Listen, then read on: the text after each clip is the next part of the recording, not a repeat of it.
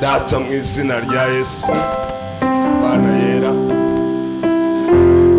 cyubahiro cy'amahanga turagushimira urera urakiranuka ducishijwe bugufi imbere y'ubwiza bwawe reka abera bose tukubone tubone neza yawe tubone amahoro yawe tugirire neza muri iki gitondo kuko nta wundi twaje dutegereje twakwakiriye mwuka wera bane natwe twakwakiriye papa wacu twakwakiriye Yesu Kristo icyubahiro n'ishimwe n'ibyiza tugukomera amashyi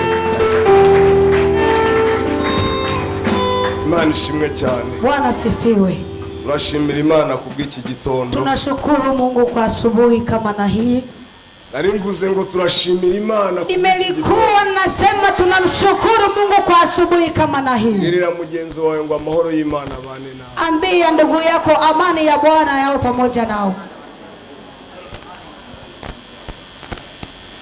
Hallelujah. Amen. Yirugana ku ijambo rivuga ngo nta hantu Imana itakura umuntu. Tunaenda kuzungumza neno linasema hakuna mahali Mungu asipotoa. Nta hantu Imana itakura umuntu. Nimelikuwa nasema hakuna mahali Mungu hawezi kumtoa mtu. Kandi nta handi Imana itageza umuntu. Tena hakuna mahali Mungu hawezi fikisha mtu. Hallelujah. Amen. Imana yakuvuzeho kama Mungu amekunenea eko cyangwa Imana ikikurinze kugera kuri uyu munsi wala Mungu angali na kulinda ubango hari umugambi w'Imana ku buzima bwawe nikusema kuna lengo ama shabanda ni maisha yako ntabwo ari accident wakoze kuba wageza aha hantu sio ajali imepitia kusudi ufike hapa ntabwo ari impanuka yatumye ugeze uyu munsi ugihumeka sio ajali imesababisha wewe leo ngali unapumua umugambi w'Imana ni shabaha ya Mungu. Reka dusome muri Esteri. Acha tusome kwenye kitabu cha Esther 6 murongo wa mbere mstari wa kwanza. agiye dusomera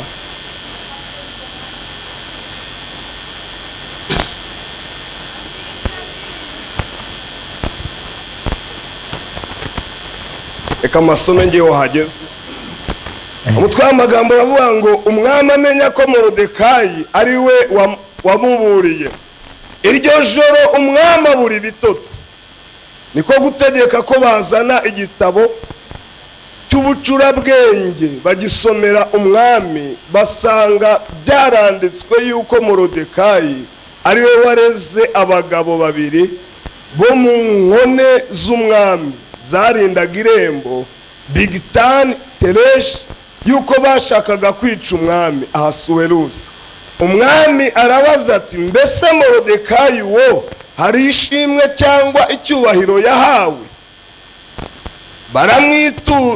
Bamwitura ibyo abagaragu b'umwami babahereza baramusubiza bati ntacyo yahawe. Umwami arabaza ati ninde uri mu rugo? Kandi ubwo Hamani yari ahagaze mu rugo rw'imbere ibwami azanywe no kuvugana n'umwami ngo amusabe kumanika Morodekayi ku giti yamwiteguriye. Abagaragu b'umwami baramusubiza bati Hamani niwe uri mu rugo. Umwami ati nazi. Nuko Hamani araza umwami aramubaza ati umuntu umwami akunze kubaha yagirirwa ate? Hamani aribwira avuga ngo aribwira akajiambia aribwira ati hari umwami yakunda kubaha kunduta. Hamani asubiza umwami ati uwo umwami akunze kubaha bazana imyambaro y'ubwami umwami ajya yambara n'ifarasi umwami agenderaho itamirijwe ikamba ry'ubwami maze iyo myambaro n'iyo farasi babihe umwe wo mu batware umwami barusha abandi gukomera bayambike uwo muntu umwami akunze kubaha bamugendeshe mu nzira yo mu murwa ahetswe n'iyo ndogobe y'ifarasi barangurure imbere bati uko niko bazajya bagenza uwo umwami akunze kubaha. Amen. Amen. data kwinjira mu ijambo ryawe bitanga umucyo no gusobanukirwa, kuko ijambo ryawe ngo niryo tabaza ry'ibirenge byacu. Reka utugirire neza twe twese twabaye aha, ijambo ryawe reke mubere mikoro, umbere ijambo, unyemerere wowe uzi icyo ubwoko bwawe bushaka, wowe uzi icyo abapapa baraha bashaka, wowe uzi icyo abamama baraha bashaka, ndetse buri muntu wese wageze ahangaha icyo akeneye, uhabwe icyubahiro none n'iteka ryose. Amen. Imana ishimwe cyane. Bwana asifiwe sana. Ndashimira Imana kubw'aya mahirwe. Ninashukuru Mungu kwa hii neema yo guhagarara imbere yanyu, kwa kusimama mbele zenu. Nahawe n'Uwiteka, Nimepewa na Mungu, ndetse nshikijwe bugufi imbere y'umushumba wacu, hata ninanyenyekea mbele ya mchungaji wetu yo guhagarara imbere kwa kunipatia kibali cha kusimama mbele yenu. Acha tumtunge mikono. Hallelujah. Amen. Imana ishimwe cyane. Bwana asifiwe sana. Ni iby'agaciro, ni vya thamani guhagarara ukorera Imana mu gihe nk'iki, kwa kusimama ukimtumikia Mungu kwa muda kama huu. Sinzi ibintu uhura nabyo mu rugendo, sijui vitu unapitia ndani ya safari, sinzi ibintu bikubuza gukorera Imana, sijui ambavyo vinasababisha usimtumikie Mungu, sinzi ibintu bikubuza gusenga, sijui ambavyo vinakukataza Imana, lakini kuna Mungu ufite umugambi ku buzima, ina lengo sababu yako. Uyu mugabo Morodekayi, huyu baba Morodekayi ntabwo yari umuheburayo, alikuwa muheburayo, yari umuntu ushima Imana, alikuwa ni mtu wa kumshukuru Mungu, yari umuntu wubaha Imana, alikuwa ni mtu wa kumheshimu Mungu, yari umuntu alikuwa mtu yahoranaga amashimwe mu mutima we, alikuwa na shukurani ndani ya moyo wake. Biblia inaniambia muri Zaburi ya 84, Zaburi ya 84, ngo hahirwa umuntu ufite inzira z'igisiyoni, heri yule mtu ana njia za kwenda Sioni umutima we, ndani ya moyo wake. Reka badusomere mu Kirundi, acha watusomee kwenye kitabu cha Kirundi 82 na 4 gatandatu.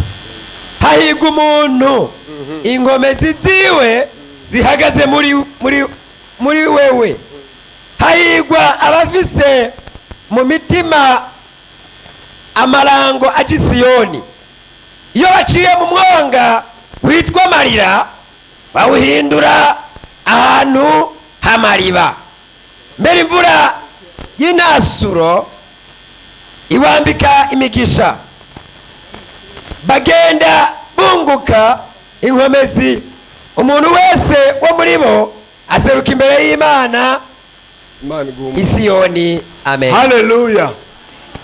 Ngo hahirwa abafite inzira z'igisiyoni mu mitima yabo, ngiyo baciye mu gikombe cyitwa Baka, wakipita kwenye kikombe kinaitwa Baka, ngo bahindura ahantu h'amasoko, panabadilishwa kwenye njia ya chemchemu, ngo imvura y'intatsuro mu Kirundi niko bavuze, ngo yamika imbere yabo, mvua ikanyesha mbele yao. Imana ishimwe cyane. Amen. Uyu Morodekayi yicaraga ku irembo, alikuwa akikaa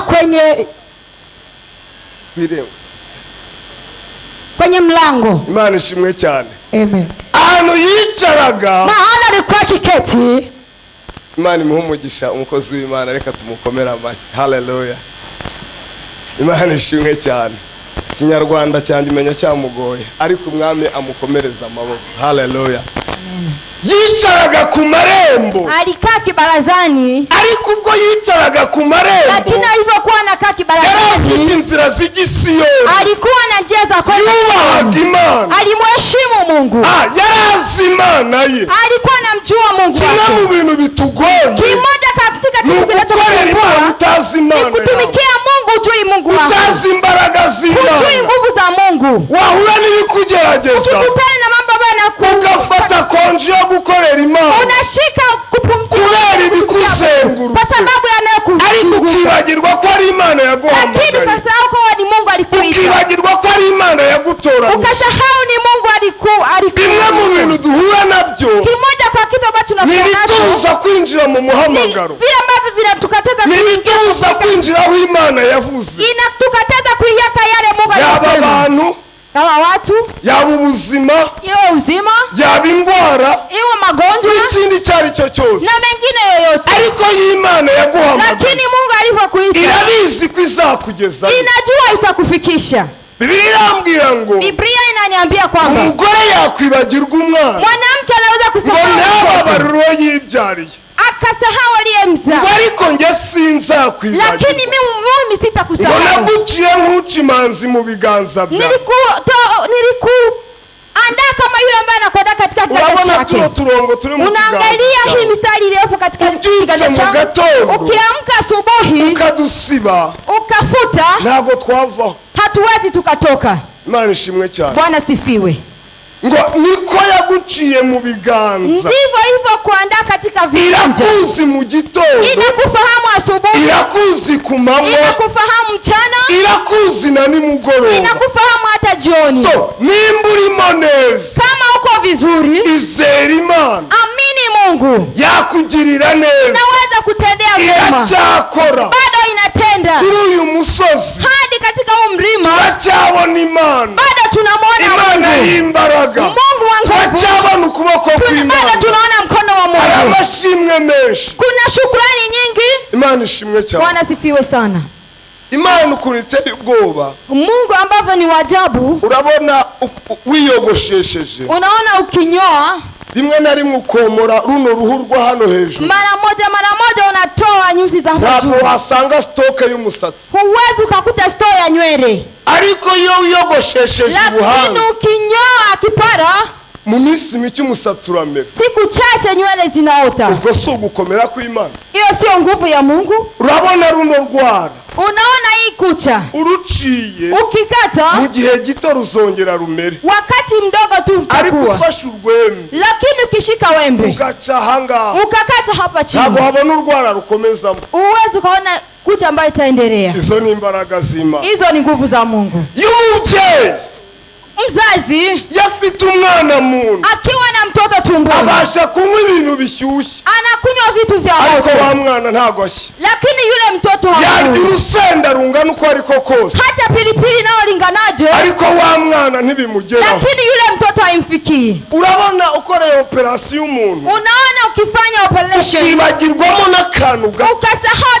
kitu kidogo mu nda ye, tumboni mwake, agira ibibazo. anapata shida. Ariko umwana bamo umunsi umwe, Lakini mtoto anakuwa amezi siku moja, abiri, miezi miwili, amezi 9, miezi 9, wa muntu akagumya kubaho. yule mtu anaendelea Uko si kuishi. ugukomera Huo kw'Imana. sino nguvu za Mungu. Iyo Mana yawe Iyo Mungu wako yiringire, yizere, Furahie. iracyakora ibikomeye. bado inatenda aho maajabu. waba uri hose, Unapokuwa popote, tegereza Imana yawe, subiria Mungu wako. izakwibuka igitondo kimwe.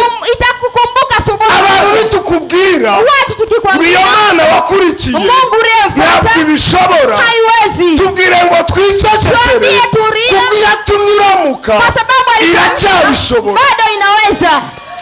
Imana ishimwe cyane. Bwana sifiwe. Uryama Ukilala nta wundi muntu wari uhari, hakuna mtu kabone aliyekuwa, niyo yaba ari bosi hata wawe, kama ni bosi ntabwo wako, ariwe waguhaye umwuka wo guhumeka. hajakupa pumzi. Wenda wowe waba ukozwe mu buryo special, Yawezekana wewe umetengenezwa kispecial. wagiye kuryama Ukienda kulala ugakuramo fishi, ukatoa fish ugacomeka muri purize uka kugira ngo umwuka wawe utaza guhera. ukachaji ili pumzi zako zisije Ese zikaisha. uwo mwuka uhumeka Je, upumzi nazo pumua ugira batiri wongera? ina betri? Izo ni imbaraga z'Imana. Hizo ni nguvu za Mungu. Abantu twari turi kumwe mu isabato, Watu twaje walikuwa kuruhuka katika isabato, sabato ambao tulipumzika sabato, ahubwo abantu mutajya muza kuruhuka isabato, watu ambao hamji kupumzika sabato, mukuru ubuntu bw'Imana bubagendere, utu wa Mungu kuko watembee, turi kubonera Imana kwa hanga. sababu tunamwonea Mungu hapa. Mukozi w'Imana wabivuzeho, Mtumishi wa Mungu ulisema hapo, ntabwo ari inyama n'amaraso sio byabiguhishura, nyama na damu ambao ni Imana yabiguhishura. ni Mungu amekuwa, Abarara ahangaha ku ambao isabato, wanalala hapa katika sabato, mutwitondere igihe gito, muwe makini kwa muda mchache, turaza kubona ubuzima bwacu bwahindutse. utaona uzima wetu kibadilika. Haleluya. Bwana sifiwe. Mwebwe ntabwo muzi ikintu dutegereje mu minsi ine we, Hamjui kitu ambacho kuko tumesubiria ndani ntabwo siku mwari hii, muhari ku musozi kwa w'Imana. sababu hamjui. Haleluya. Amina. abari bari nababwiye waliokuwepo niliwaambia hariho umumama mu rusengero kulikuwepo mama katika kanisa yateraga haleluya nyinshi cyane alikuwa anasema haleluya sana none abantu bari bamwegereye watu waliokuwa karibu yake bakamubwira izo haleluya zawe ziratubanga wakasema haleluya zako zinatusumbua bagiye kumureba walipoenda kumtazama afite ikibazo cy'inkweto wakakuta na tatizo la miguu none inkweto ya viatu la kamba viatu none baramubwira ngo sasa wakamwambia kwamba izo haleluya ukisema ukiacha hizo haleluya tuzakugurira inkweto tutakununulia viatu narebye ku kibazo cy'inkweto yari ifite akitazama na yeye katika shida ya viatu akakubali umunsi wo gusenga siku ya kuomba umushumba ariho yigisha mchungaji alipokuwa anafundisha yahaguruka ajya gutera haleluya akisimama kwenda kusema haleluya ko bamuhaye inkweto akakumbuka walimnunulia viatu na waliomnunulia viatu bamubujije gutera haleluya walimzidi kusema haleluya akongera akifata anajishika yajya guhaguruka akaenda kusimama akibuka ko ari busubize inkweto akakumbuka atarudisha viatu vya watu nagira ngo nkubwire ngo nataka nikwambie hari ibintu bikubuza guhimbaza Imana kuna vitu vinakataza kutumikia Mungu kwa sababu walikuwekea byagushizeho kondisiyo walikuwekea condition birakubwira ngo nubigenza wanakwambia ukifanya hivi tuzaguhitana tutakondoa ubwe nabwiye umuntu nataka nikwambie nilimwambia ariko se wowe sasa wewe nyereka ndebe indimi ebyiri nataka nione ndimi zako wambwiye ngo hariya ni heza ukiniambia kule ni pazuri nurumbwiye ngo sinkasubira ukisema na sirudi worantwara ahantu wewe unanipeleka sehemu nurangiza umbwire ngo sinzahasubira halafu unaniambia nisirudi Imana ishimwe cyane Bwana asifiwe hari ibintu bitubuza kumva guhagarara mu munezero kuna vitu vinatukataza kusimama katika furaha yetu amen amen umumama rero yajya guhaguruka ngo atere haleluya kusema haleluya akibuka ko bamuhaye inkweto akakumbuka nunulia ariko yumvishije byanze akisikia alikataa arahaguruka akasimama atera haleluya akasema haleluya ngo haleluya inkweto zanyu nimushake muzitware mkipenda chukua kubera iki byanze ko kugumya agume mu buretwa bw'umuntu aliacha kubaki katika Imana ari igitura sinzi ibyo baguhekesheje sinzi amagambo bakubwiye icyo yitaye uracyakunda Imana dukomeze tuzayibona endelea utaiona Imana Mungu witoranya ku butoni haiwezi birambwira ngo n'isi yose dunia nzima uyubaha agakora ibyo gukiranuka iramwemera ntabwo ari iby'abazungu si iby'ababishopu n'isi yose ni dunia nzima uyubaha agakora ibyo gukiranuka iramwemera ntabwo bintwaye ntacyo bimbwiye ubuzima uri gucamo katika uzima ambao kunapitia heshimu Mungu tu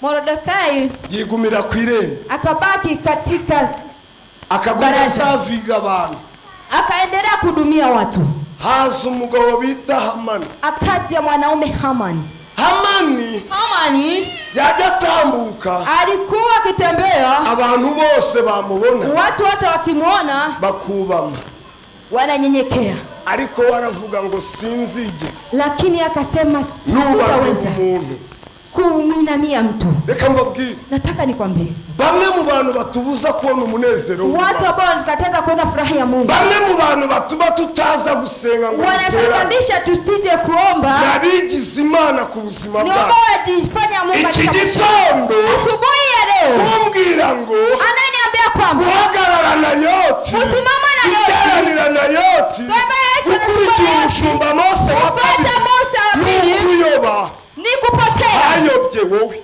ulipotea wewe mugihe ntarabibona wakati sijaona nagusabye inkunga yo kubisobanurira nimekwambia niambie ikote uri hashtag se cyangwa Imana ishimwe haleluya izo nkunga igihe kirageze ngo uzigumane muda umefika ukakinazo gute je umesimamaje yo kumbuza kwibonera Imana ya kunifanya birambwira ngo Biblia inasema niba mwarasogongeye kama mukumva bimeze neza nasikia iko vizuri mugumemo baki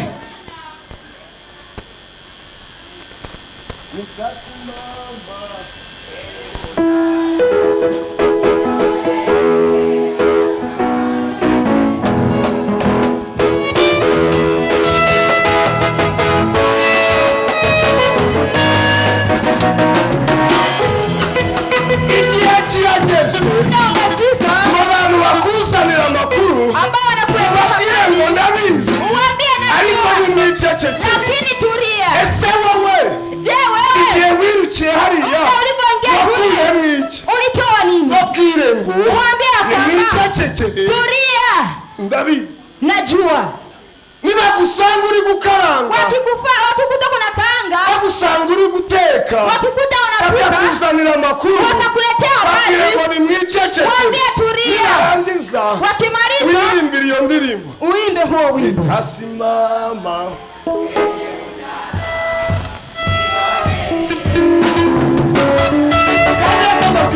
Igihe kirageze. Muda umefika. Twige danse zacu. Iga danse yawe. Mu kibazo cyawe. Katika nafasi yako. Tutangira iyo ndirimbo. Weka nyimbo hii. Ubwo nahuye nawe wambwiye ngo ntibishoboka. Nimekutana wala kwa wanasema haiwezekani. Unahuye nawe urambwira ngo ntacyo uzageraho. Unasema sitafika popote. Tutangira iyo ndirimbo.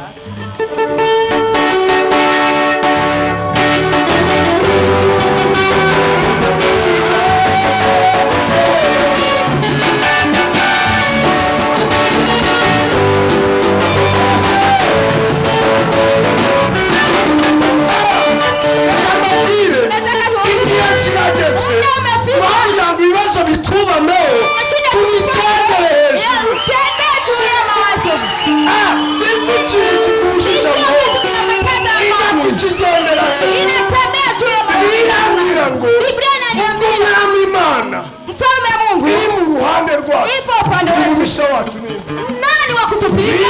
Mungu. Kandi ariyo yatubambiye. Sindari yaza. Ngo ni Yesu.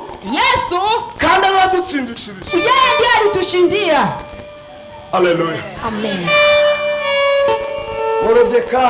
Morodekayi yicaye ku marembo akikaa kibarazani, Hamani agiraga agashyari. Hamani akawa na wivu. Aba ngo uyu muntu uzamwereka ko huyu mtu nitamuonesha kwamba tutangana, hatulingani. Mu gihe ugifite ikimenyetso cy'Imana, wakati bado na alama ya Mungu ubuzima bwawe, katika maisha yako, gumamo. Baki. Gitondo kimwe, asubuhi moja, Hamani aragenda mushingira igiti. Naamani akaenda kuweka mti. Aravuga ngo, akasema, uyu Morodekayi nge nzabonana nawe, mimi nitaonana naye. Ariko reka nkubwire, lakini ngoja nikwambie, iyo urimo neza, ukiwamo vizuri, ugakorera Imana neza, ukatumikia Mungu vizuri, ukaboneka mu isabato neza, ukaonekana kwa sababu ugakurikiza amategeko y'Imana, ukafuata amri za Mungu, ugaterana, ukabahagaze ku musozi w'Imana na yote, katika mlima na yote, abami bagiye kubura ibitotsi. Wafalme wanaenda kukosa usingizi. Abami bagiye kubura ibitotsi. Wafalme wanaenda kukosa usingizi. Ijoro rimwe, usiku mmoja, umwami abura ibitotsi, mfalme akakosa usingizi kubera Morodekayi. Kwa sababu ya Morodekayi, yari afite inzira z'igisiro, alikuwa anajiandaa. Ntacyo bitwaye, haina shida. aho wicaye, unapokaa, wicare neza, kaa vizuri, urasenga, senga neza, omba vizuri, ukorera Imana, unatumikia Mungu, korera Imana neza, tenda vizuri. Nta kuri Imana itakura umuntu. Hakuna mbali Mungu hawezi kutoa mtu. Gusa ikibazo kitugoye, shida inayotusumbua, tuva ku marembo hakiri kare, tunatoka barazani mapema. Uyu Morodekayi, ijoro rimwe, usiku mmoja, umwami abura ibitotsi. Mfalme alikosa usingizi. Ngo bareba mu gitabo cy'urwibutso, wakatazama katika kitabu cha kumbukumbu, nkuru yuko yigeze kuburira umwami, akakutana katika historia ambayo alimtafsiria Mungu. Mfalme amaze ngo arasoma ngo ninde waburiye umwami ngo adapfa, akasoma nani alimtafsiria akapfa, walimpa nini? Bati ntacyo, hakuna. Arangije, alipomaliza aravuga ngo, akasema ya kwamba ngo ese aho ngaho, je hapo irembo katika kibaraza ni uwani ninde uhari, Nani yupo? kumbi haje umugabo Kumbe amekuja uje mwanaume kumutangira amakuru amekuja kutoa habari atari neza. ambayo si Iyo mazuri. uhagaze neza Ukisimama vizuri abagutangira amakuru ambayo anatoa habari ntacyo bizageraho. hatafika popote. Umva reka tuyavuge Acha tuyaseme, ni ibi ni wakati, ariko ibihe biraje lakini ngo unakuja biguhindurire izina unakuja ubadili jina utavuze. usema ambao hawakusema.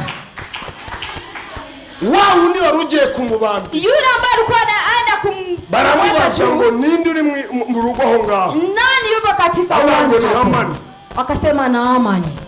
Bati mumuhamagare Mumuite ngo uwo umwami akunze kubaha yule mfalme ambaye amependa kumnyenyekea bamukorera iki? Wanamfanyia nini? Kandi abantu bateranya abandi Tena watu ambao wanachonganisha babuzuye wengine ubwibo wanakuwa ni wengi Yesu avuga tumenya ari njyewe.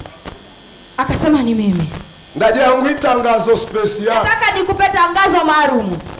nutitwara neza Nipojipeleka vizuri, intebe wari wicayemo muri bisi kitu ulichokuwa umekada katika bisi basi zakujugunya. basi itakutupa. Kubera iki? Kwa sababu ya nini? Uhicaranye iki? Umekaa na nini? Uracyagira ishyari? Bado una wivu? Uracyari umugome? Bado una Reka mu nzu wivu? y'Imana twese tuba twera, Ndani ya Mungu sasa tunakuwa ni ariko reka wazuri. dusohoke. Lakini ngoja tuondoke. Ai.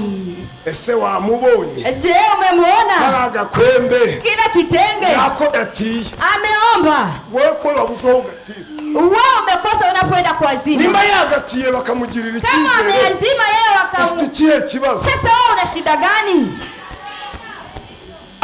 Niba umushumba yamuhesheje umugisha, Kama mchungaji amempa ufite baraka, ikihe kibazo? una shida gani? Nimba bamuhaye lifti, Kama amempa lifti, kuki uvuga ngo bigize ba semwuka na nyiramwuka? Oya, lakini ni unasema igihe kwa cye. tazama, ni wakati wake. Haleluya. Amen.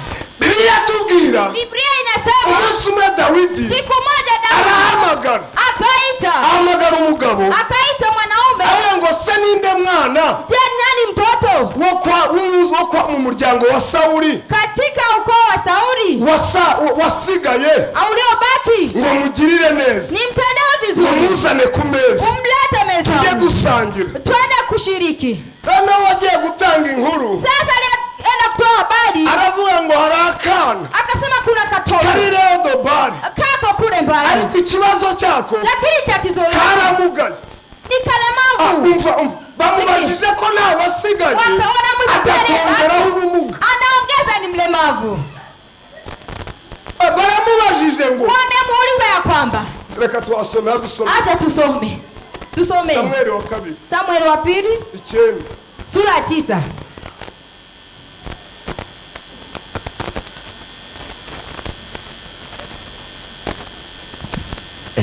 turahera ku murongo wa kangahe? wa mbere. Haravuga ngo Dawidi yibuka urukundo rwa Yonatani. Bukeye Dawidi arabaza ati mbega haragasigarira mu nzu ya Sawuli koba kakiriyo kugira ngo ndamugirire neza ku bwa Yonatani. Maze ari umunyarugo wa Sawuli yitwa Ziba, nuko baramuhamagara ngo yitabe Dawidi.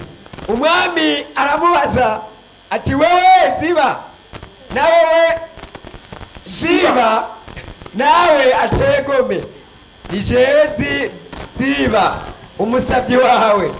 Umwami aramubaza ati mbega mu nzu ya Sawuli ntawoba akiriho ngo yamugirire neza kubw'Imana? Ziba yishura uwo mwami ati haracari umwana wa Yonatani amugaye ibirenge. Umwami aramubaza ataba hehe? Ziba yishura umwami ataba kwa Makiri mwene Amiyeri i Lodebari. Maze umwami Dawidi aratuma baramuzana bamukuye kwa Makiri mwene Amiyeri i Lodebari.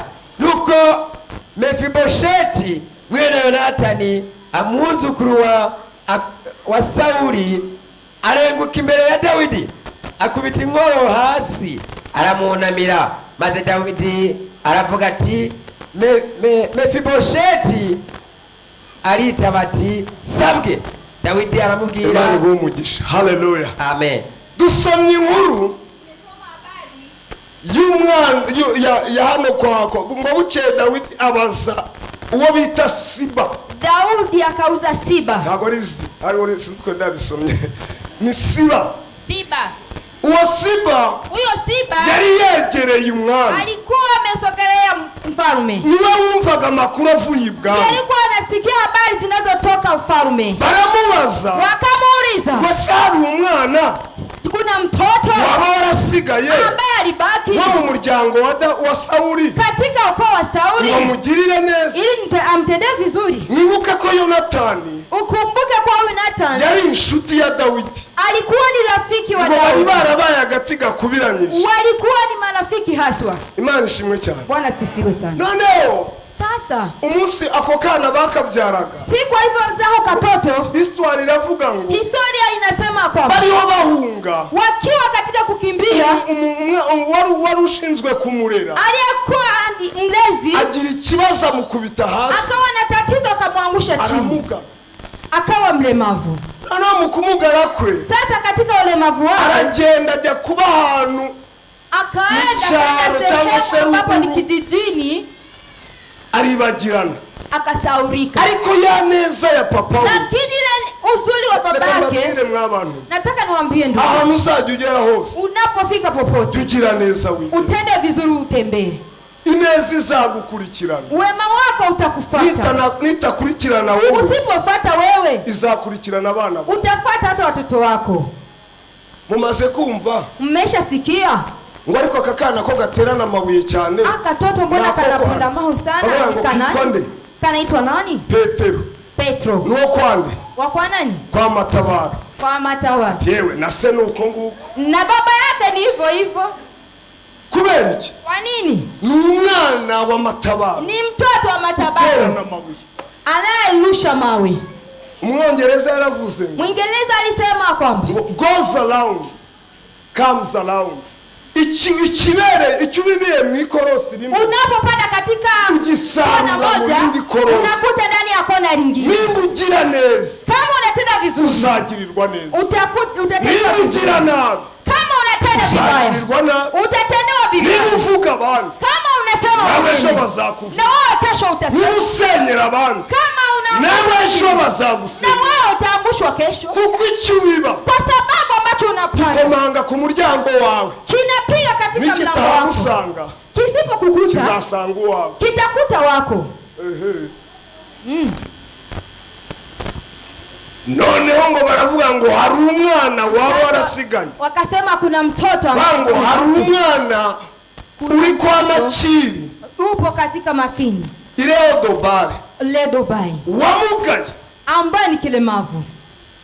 Urumva inkuru ebyiri atanze, unasikia habari zile, walimuuliza waba warasigaye, kuna ambaye alibaki?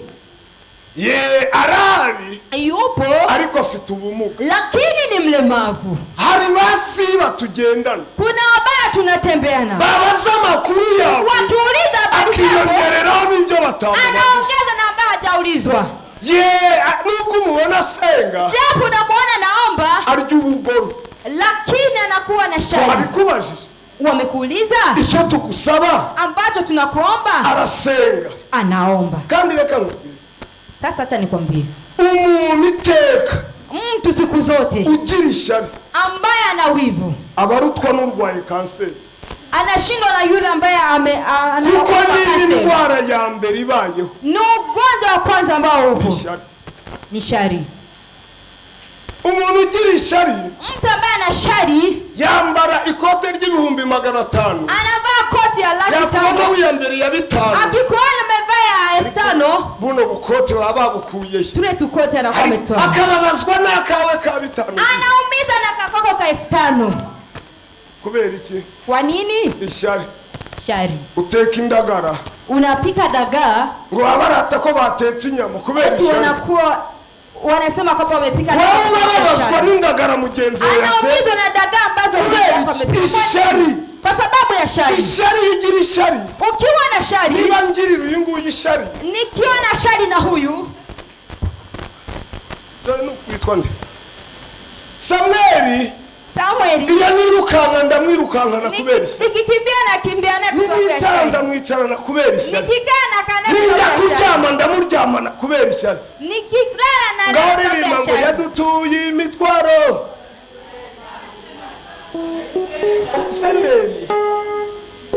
Ndemera ahubwo narashize kugira ngo mbigendemo neza. Ili niende vizuri. Samweli ndamutura. Samuel inabidi Sigara niteje. Nakuwa na amani ya kutosha. Aha. Sina navuga ngo arari ariko lakini kila makuru bari babo. Sio habari ambazo aliulizwa. Aposto akabaza ngo wa mwana waririmbaga rihe? Aposto akauliza yule mtoto anayeimba yuko wapi? Ariko aposto nawe. Lakini aposto na wewe? Uriya mureke karaba. Yule mtoto mwache lishaisha. Habaye. Ilishaje? Imana imuyoboye kumukubaza. Mungu kama amemwongoza. Sina mjua. Urajya kongeraho kubera. Unaongeza kwa nini? Gira mugenzi wawe ngo bushize hasi gato. Ambia jirani yako niweke chini kidogo.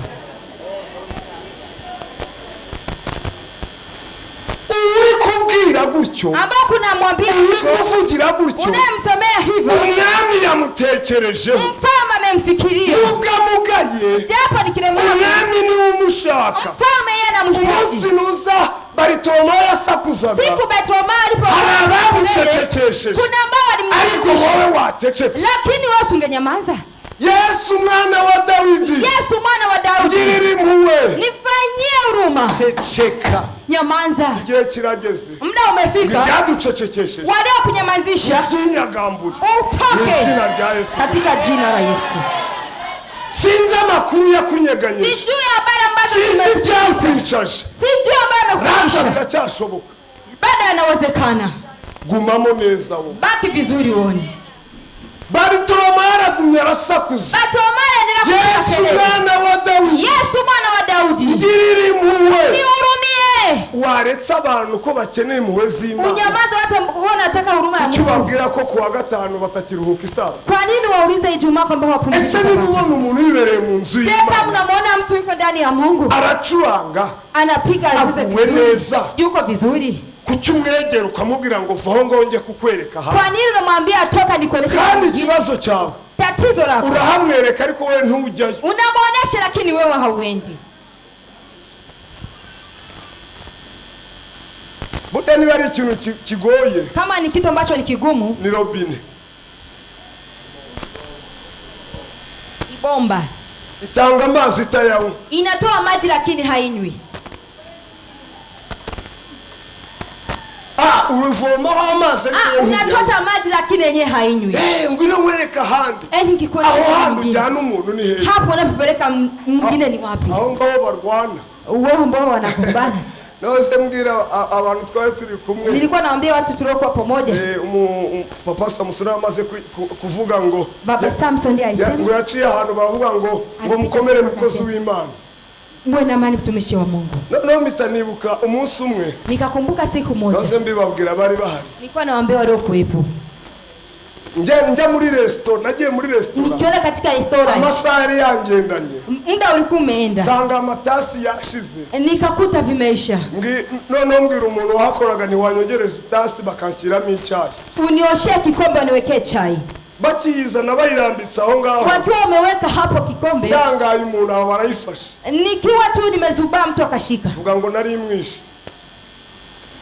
mwishe habuze kidogo ni muwe sanitasi yake, leta kikombe changu, ataransubiza akanirudishia, ngo mbabarira muroko, naomba msamaha, mbabarira mukozi w'Imana, naomba msamaha mtumishi wangu, yabaye nkuneye inkota mu mutima, nturanzi ni kama kutupa Kristo, ngo nkuzi uvuga ubutumwa, na kujua ku unasema ujumbe, nirumva sema unasikia ni oya, nda kibazo mukozi w'Imana, hapana, ina shida mtumishi wangu, sinari ngifite, lakini sisi kwa nacho, kwa nini icyo tuvuga ambacho tunakisema icyo tugaragaza sicho ambacho tunaonesha.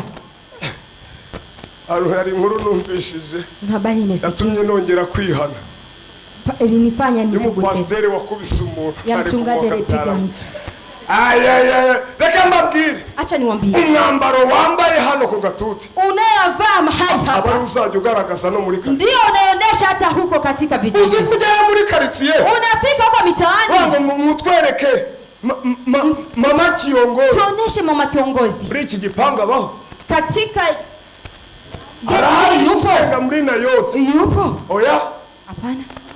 Hari mama kabibi. Kuna mama wawili. Uonzi se ko dusega. Na mjua mbona tunaomba wote. Kubera iki? Kwa nini? Bazi ko wanajua ukitubwira ubutumwa anapotuambia no gukoresha uwo muntu utukana. Ndivyo unajua kusemesha hata mdomo wako kitukana. Uretse ko tarabaha muri Nayoti. Ukiacha wapo katika Nayoti. Haraba bafite amajwi meza. Unaambia wana sauti nzuri. Kuri podium. Katika uko arutaji. Bakanayagira no gutukana. Wanajua atakutukana. Waramvuze. Walinisema. Subiramo tubisubire mu. Turudie. Ya maboko yarambura ngo ila mikono bashe Mungu mikono mumanikira Imana maboko batagiye wango unikomuna inaanza nasema unikome Siba aravuga ngo karahara ko kana anasema kapo hako katu ariko karamugaye lakini ni kalemavu ariko kuko umwami yamutumye lakini kwa sababu mfalme alimwagiza aramuzanye walimleta yicara imbere y'umwami akakaa mbele ya mfalme Morodekayi nawe Morodekayi na yeye nuko byagenze ndivyo ilikuwa ngo arangije amutembereza alipomaliza hamwe niwe wamutembereje nama ndiye alimtembeza wa undi washaka kumubamba yule aliyekuwa anataka kumbamba amutisha imbere y'abantu akampitisha mbele ya watu Imana nijya kukugirira neza Mungu kuja kutendea vizuri ntabwo izakugirira neza aho abantu batareba haitakutendea vizuri ambapo watu hawaoni na kingine izakugirira neza imbere y'amaso itakutendea vizuri mbele ya macho ntacyo uzageraho aliyosema hautafika popote ndio mambo Biblia ivuga ndio maana Biblia inasema sengera abanzi banyu ombea adui zenu Yesu njya nifuriza umwanzi wanjye kwapa mimi sitaki adui yangu wapi Imana imurinde Mungu amrinde arebe kugira neza kw'Imana aone wema wa Mungu ubuzima bwanjye katika maisha yangu kandi hamwe mu ahantu uhurira n'ibibazo tena wapo nakutana na shida uhatinze ukibaki ndio hari igitangaza cyane ndipo kuna maajabu yako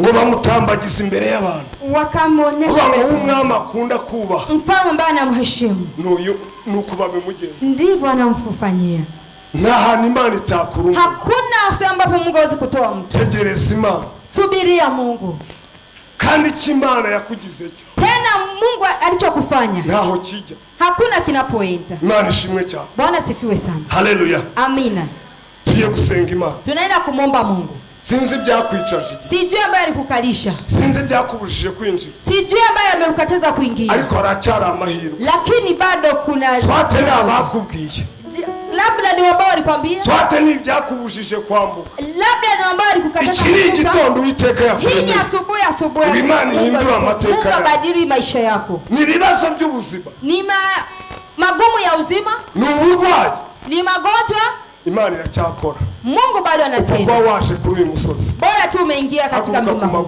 simama katika miguu yako tuombe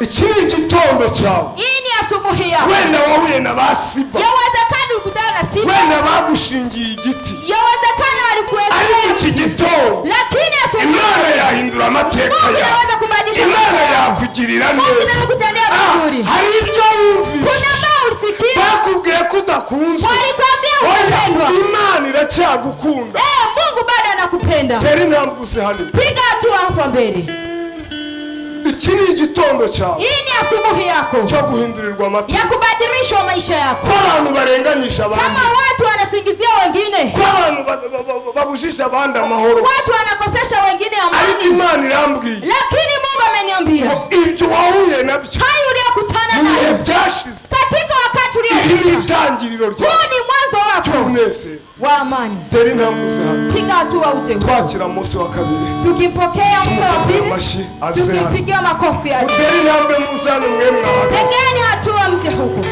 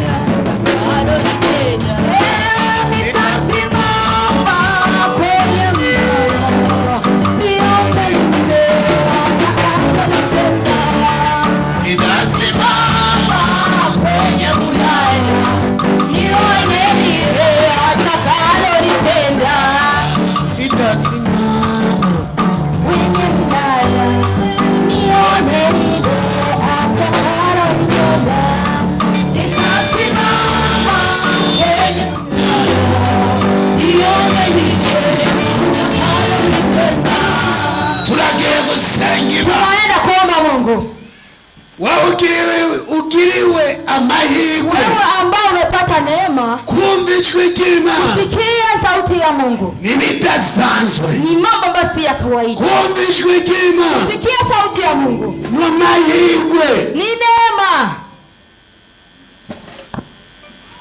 Guhera uno munsi Kuanzia leo hii uze wirinde ujirinde ngo basiba, akina siba. ngo hariho basiba ku buzima Kuna bwawe. kina siba katika maisha yako. Guhera uno munsi Kuanzia leo hii uraba ingene ugenda, utazame unapotembea. iyo utakaje umwami wawe, Ukipoteza mfalme wako ugira ibibazo. unakuwa na shida.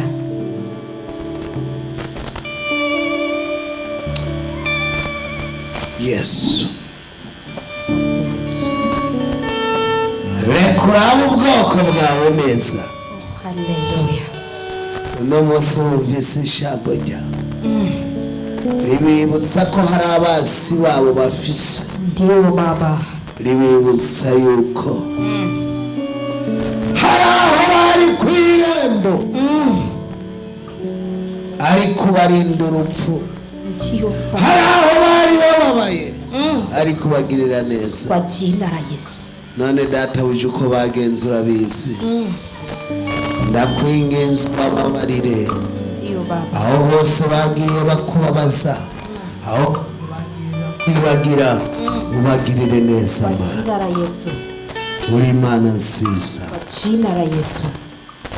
ihanga ryawe uzorihe iherezo ryiza. Asante Yesu. Abagwaye hagati mwitorera abo bakire gukira ubunyene, Kwa jina la Yesu. abazanye imitwaro ibananiye Kwa jina la Yesu. abo bakire kuruhuka. Amashi menshi ku Mana yacu. Mujana amahoro y'Imana. Endeni na amani ya Bwana.